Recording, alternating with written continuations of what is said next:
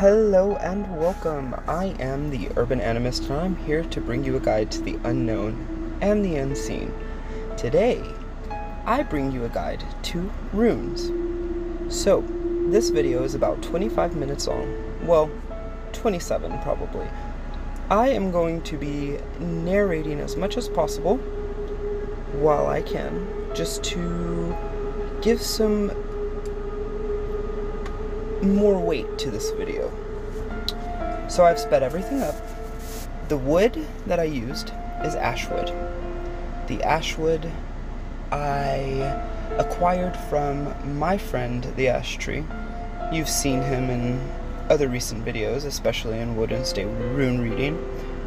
The jigsaw that I am using I bought from Walmart for $20 a couple years ago. I just changed the blade. I got a whole set of blades for really cheap. So what I have done here is the wood that I've gathered is always harvested from a storm. It's never fresh. Either from a storm or from dead limbs. And I always make sure to ask before I take it. Now, the reason I do this is because it's there. I don't have to climb up the tree. The tree and I have a close bond, so why harm the tree when I could have something that won't harm the tree? I don't know. It's kind of my way of thinking on some things. And I will be back in a few seconds.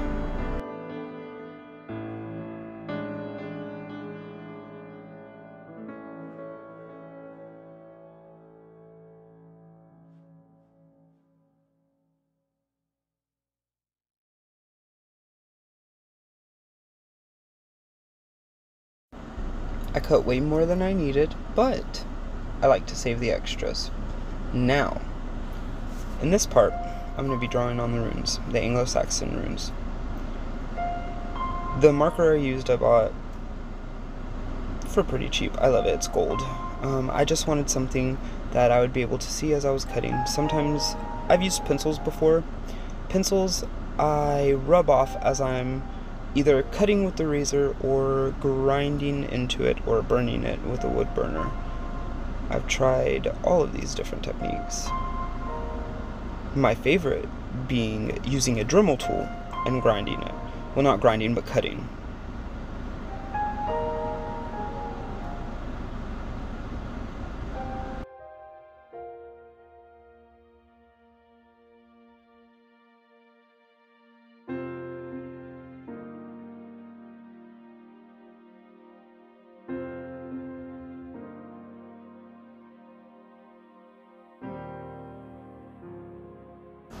I had a little bit of trouble trying to draw these on and keep the rune in the view of the camera while I was looking at the rune and not the camera.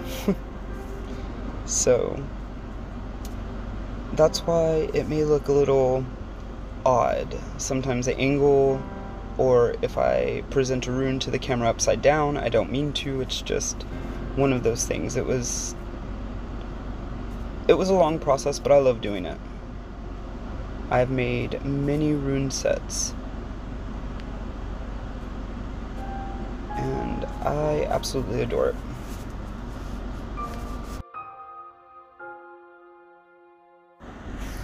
With every rune that I draw on to each little disc of ashwood that I have just cut, I am intoning and singing the name of the rune.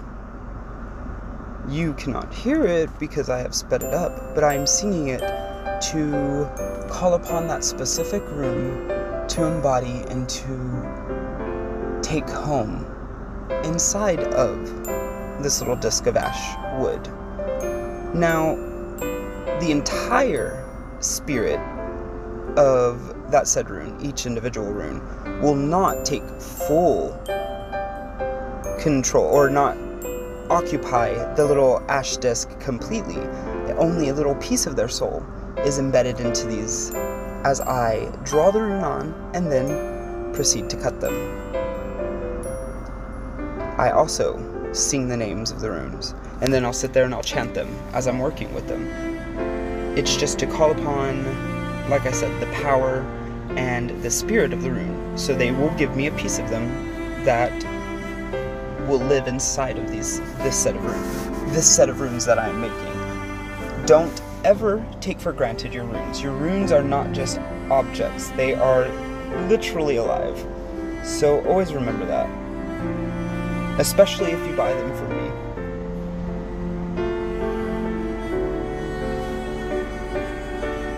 Now this. So the first part of this part of the video, I was trying to use different Dremel bits.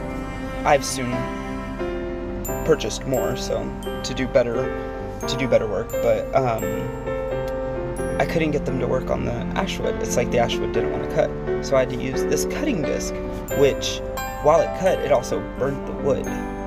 So the wood was a little burnt on that, and then I recut them, which I believe I have put the videos in here, and I recut them with a diamond bit. Since I had first cut them with this, it made it so much easier to use the diamond bit. No, I do not think so. I don't think I have that video, but that's beside the point. I kept trying to use different tools to see which one would work better to make the cleanest cut. And I finally found it, but for the sake of this video, I hadn't acquired that bit yet.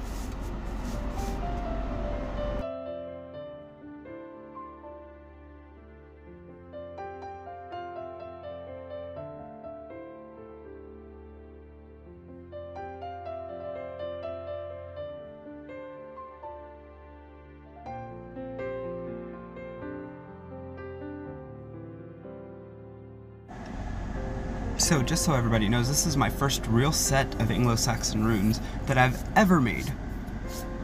I made another one, but it doesn't count because it was just a tedious process and it was not enjoyable. This one was enjoyable, so this one counts. And I, as I said, was intoning the runes, and that's always fun. I go into this meditative daze just looking at the runes. I kind of lose myself in this moment and in the rune.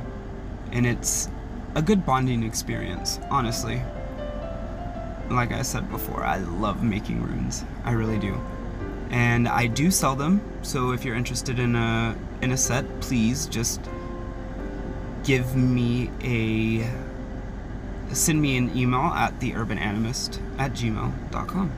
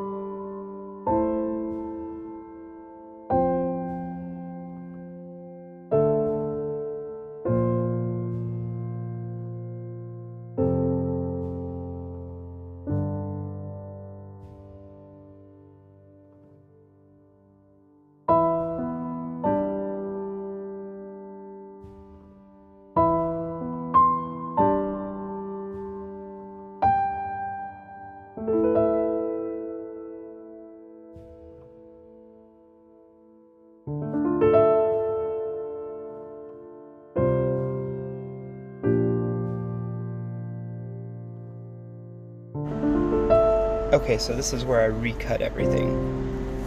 I re-engraved it to ensure that whenever I painted it, it would soak in the paint and be deep enough that I could sand off the excess, which you'll see in just a little bit. And as I said, again, as I'm doing this, I'm intoning the name of each rune. I'm singing it and I'm chanting it. And I go on and on with it. The reason I do this is because I want to imbue this specific rune with part of its own larger soul.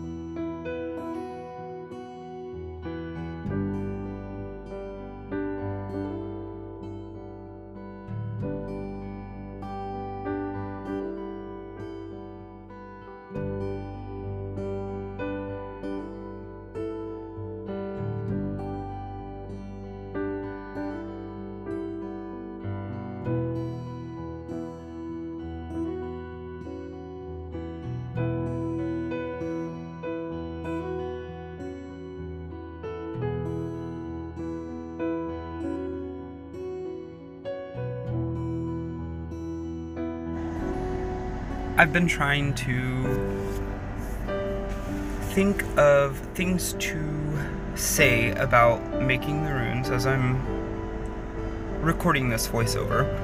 I'm trying to fill in this video with something of substance so you guys don't get bored. I've never made this long of a video before, and I don't know, while I think it's interesting, and I would sit there and watch a 25-minute of somebody making something like this with music in the background, I just thought maybe you would like some information or somebody talking to get something out of this video, I guess.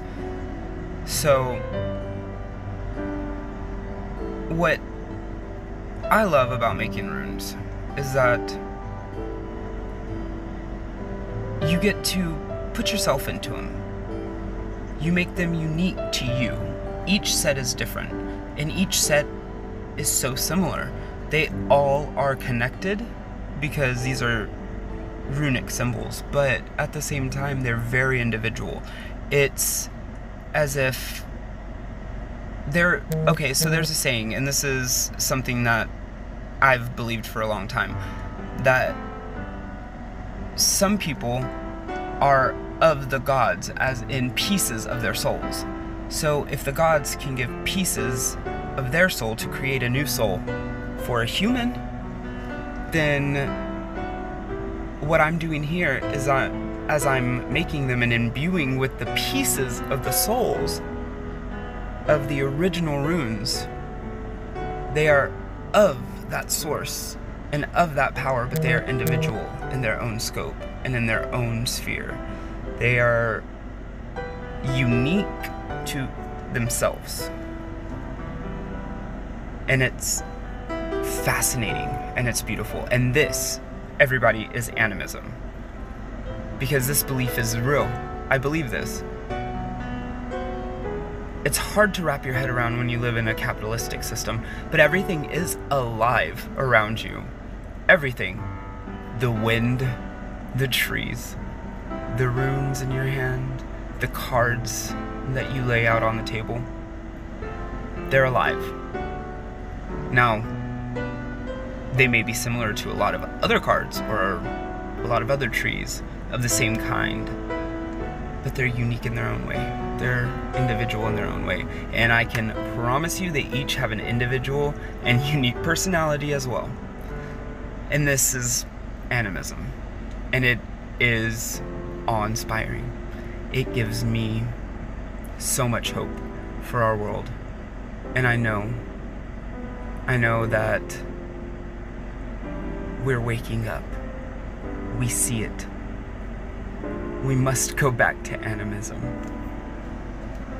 And our lives are changing. As we fly into the future, we must, as scientists would say, think in the past, because animism is not accepted. It's an old way of thought, and this is the age of steel, the age of precise cold. We must go back to the age of gold and silver. I need to finish the Beings of the Boundaries series. Anyways.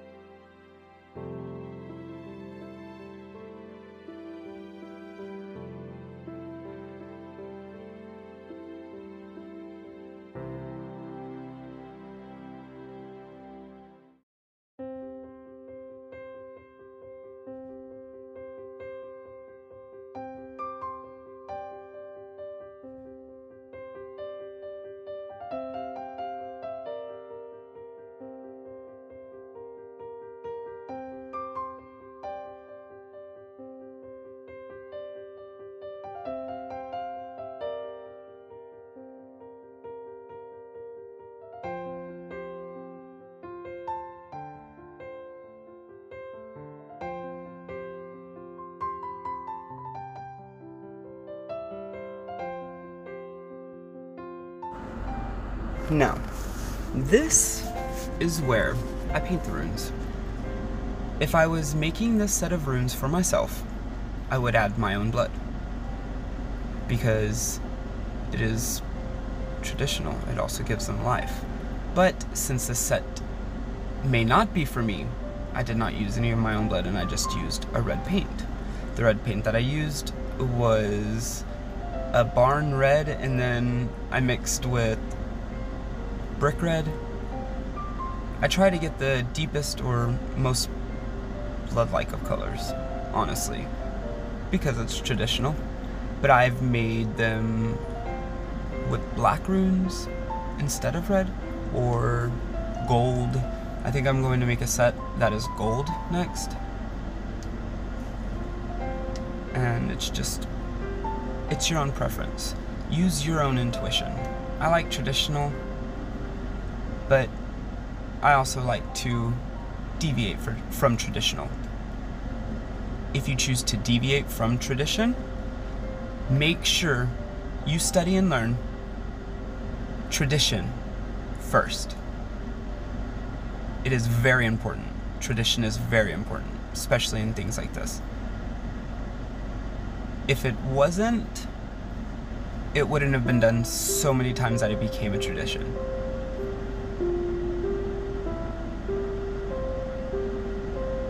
But just because something is a tradition, and the reason it's tradition is because it's been used so many times and it works, and it's powerful, especially in things like this. But if you find an easier way, that's why I say learn tradition first and then use your intuition, because as you're doing it, if your intuition tells you, or the runes, or you get you'll know that inspiration, that Wodenic inspiration that will come to you, and you'll have an epiphany that will allow you to create something like runes more powerfully, or a bind rune. Then you deviate a little bit, or a lot of it, from tradition. But learn foundation and tradition first. It is very important. Because you can't be creative within that tradition or understand the energies you're playing with unless you learn it first. Sorry. Sorry, not sorry. So, here I just painted the runes after I had cut them twice.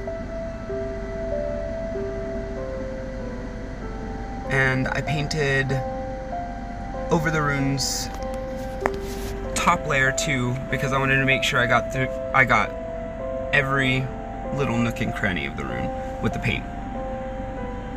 So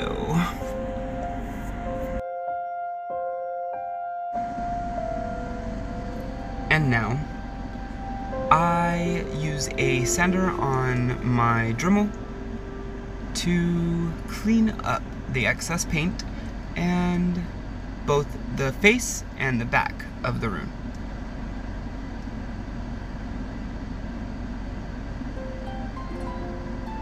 I try to do this as carefully as possible because sometimes the sander can be so powerful that it creates indentions, or it will literally sand or grind away the rune and the paint that you've already put in place. So you have to be very careful in this part. And you always blow it off. You blow the rune off after so you can see if you've gotten any of the paint off of the letter or the symbol, whichever rune you're doing, because sometimes the sawdust will get in there and it looks like you have literally ground away the rune.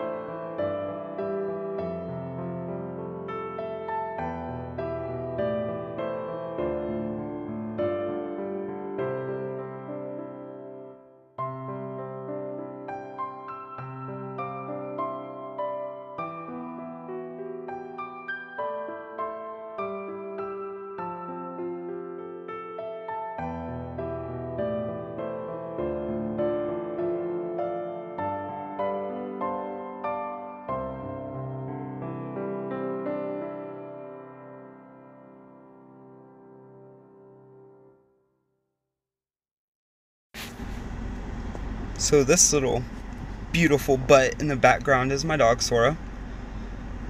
I'm sure you've seen her in other videos. She stays close, she watches by. Now, as I said previously, earlier in this video, if you do see that the rune is upside down when I present it to the camera, it's because the angles were hard to do. I wasn't able to watch the camera as I was doing this. I had to focus on the rune. I've hurt myself so many times. I made a set of runes, not this particular one, but a different one, out of, what was it? Poplar? It was out of poplar wood, and I sliced my thumb open twice, the same thumb. So I figured the runes wanted blood, but I gave them none, because they might not be my set of runes. So, and if I ever do get a set of runes, I do blood them, if they're able to be. If they're able to be given the blood. Sorry.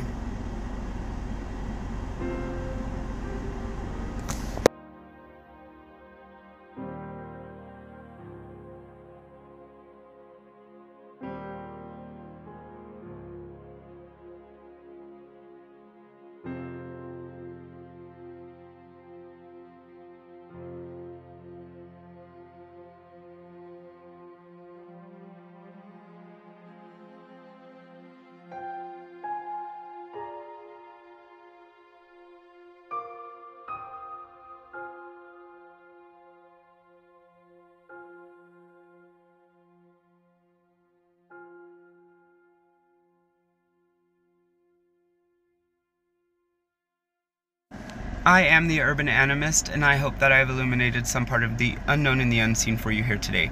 This is my making the runes. Thanks, guys.